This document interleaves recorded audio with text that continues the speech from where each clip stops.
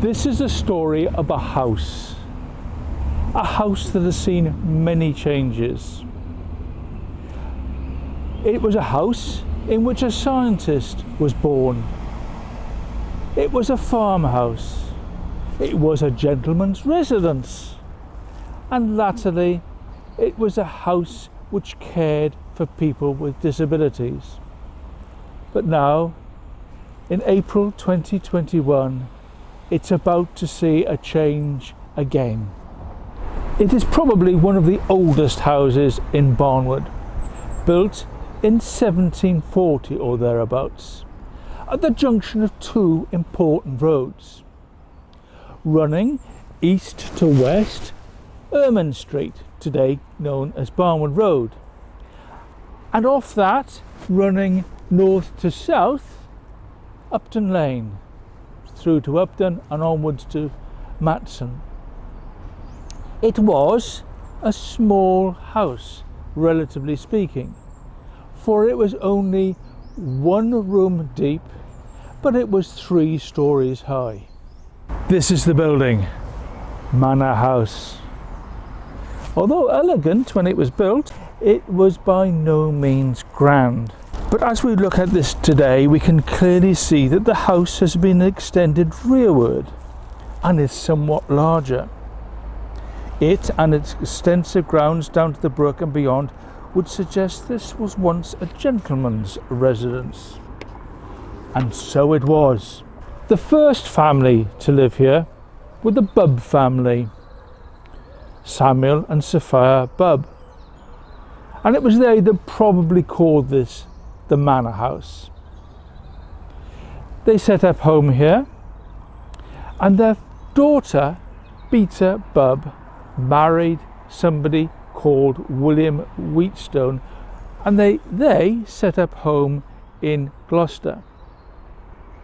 But she returned here to give birth to a son who would eventually be known as Sir Charles Wheatstone.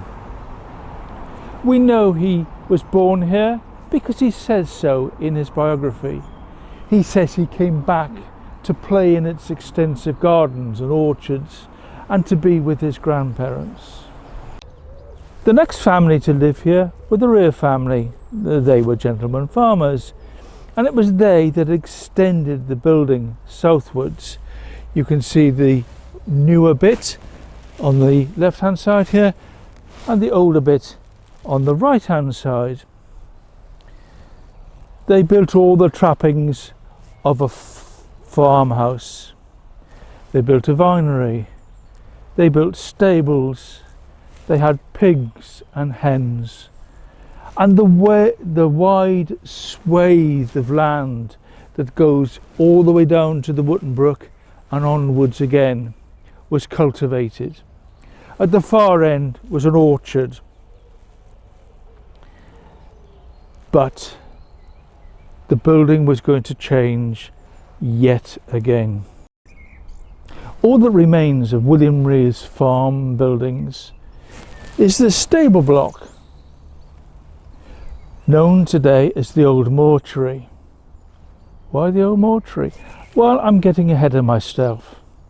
1893, this farmhouse and its extensive lands were auctioned off. It then became a gentleman's residence. Most notable of its occupants was a man called Richard Talbot, who was the Sheriff of Gloucester. In 1913 or thereabouts, this land and the house was purchased by Barnwood House Hospital. Now, Barnwood House Hospital was a large mental asylum that had been in Barnwood since 1860, and it stretched all the way from here to Church Lane.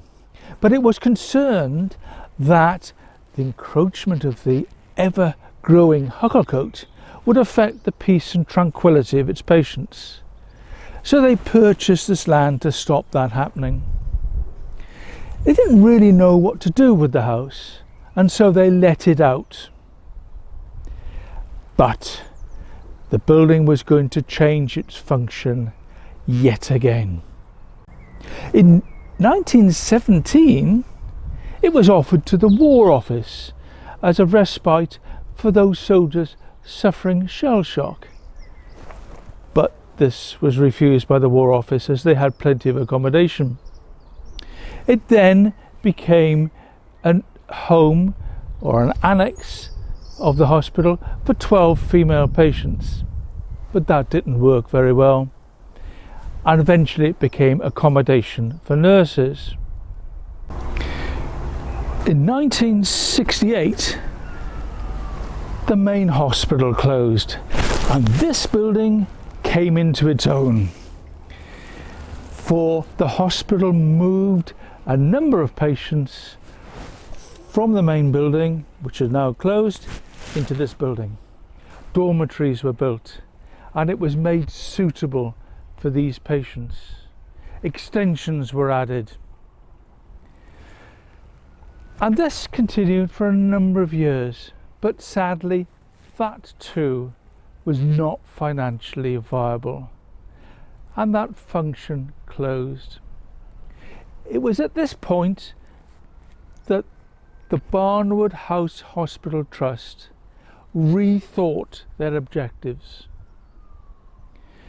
They became known as the Barnwood Trust, and they started to care for people, not just people with mental disabilities, but people with physical disabilities as well.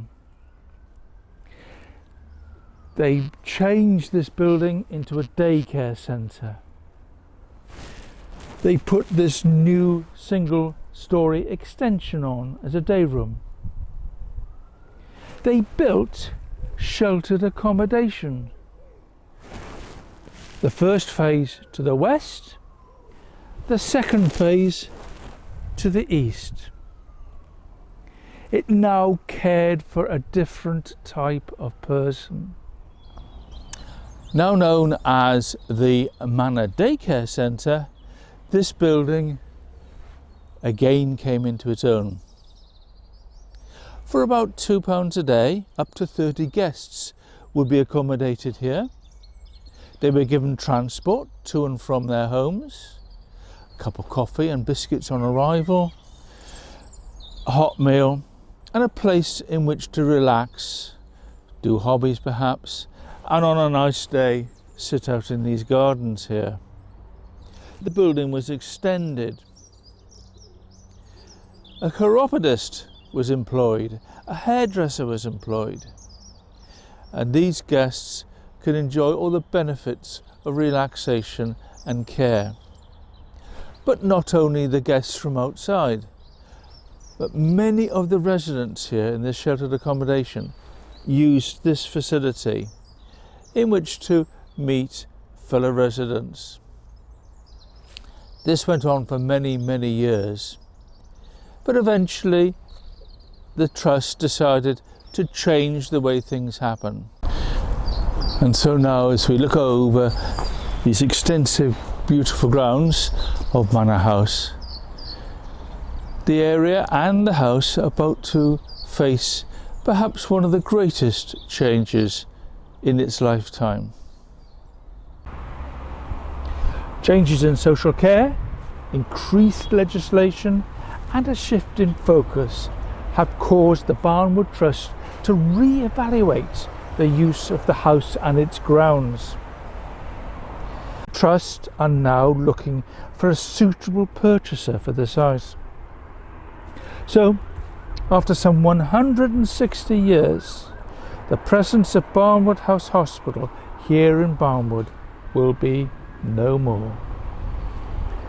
The hospital's legacy continues in the very capable hands of the Barnwood Trust, but now in Cheltenham, and whose vision is to create the best possible environment in Gloucestershire for disabled people and people with mental health problems, in order to make the most of their lives.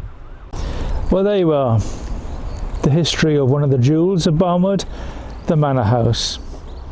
Hope you've enjoyed it. I've enjoyed making it, and my thanks to my friend John Steed for operating camera and giving me good advice. But that's all for now. Bye.